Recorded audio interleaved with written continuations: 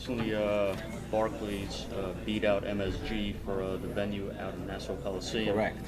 Will you guys sooner than later start running shows there as part of your deal with Barclays?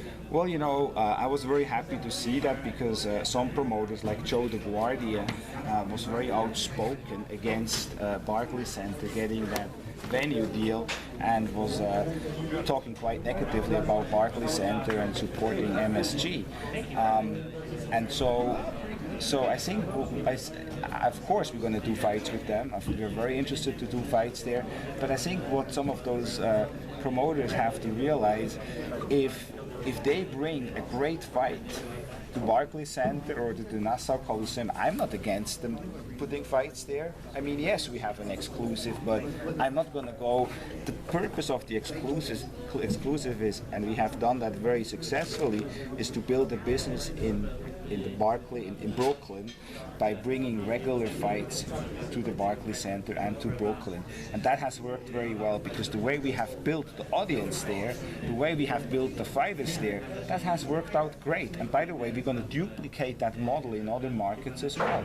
But that doesn't mean that doesn't maybe even in the US. I'm not going to talk more about that now, but that'll be a different subject. But that Barclay example has worked extremely well for the fighters and for the venue. But if somebody comes with a great fight, I'm not going to stop that fight from happening at the Barclays Center or at the Nassau Coliseum. Peter Quillen's. How is Zab Judah going to help grow your Brooklyn boxing program?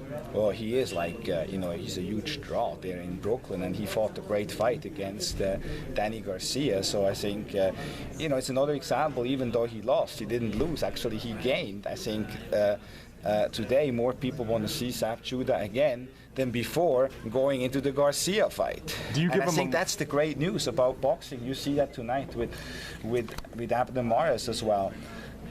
Even though he lost and he got knocked out, who wouldn't want to be there to see Abner Mares again at his next fight? Because it's going to be an exciting fight. And so I'm happy that those days where you have to go back in line and start from scratch because you lost, those days are over. And network executives are supporting and awarding exciting fighters, and that's why Zab Judah is an exciting guy. When will Zab be fighting next? We're currently talking to his team somewhere in that October-November time frame. I'm working on finalizing November 2nd, November 9th, and December 7th. Do you give him a more winnable fight than he's taken a lot of tough fights? So you give him like a chance to get? No, I think what he needs to decide is, if he wants to have a big fight. The big fights are going to be at 147. So I think what we need to do is we need to see, and that's what we're doing, talk to his team and see that we can find the right opponent, possibly at 147, to get with Zab Judah another threat at 147. And Zab is the kind of guy who doesn't mind fighting big fights. He wants. I mean, he's like at that point, age-wise and career-wise, he's not going to go and waste his time with tune-ups.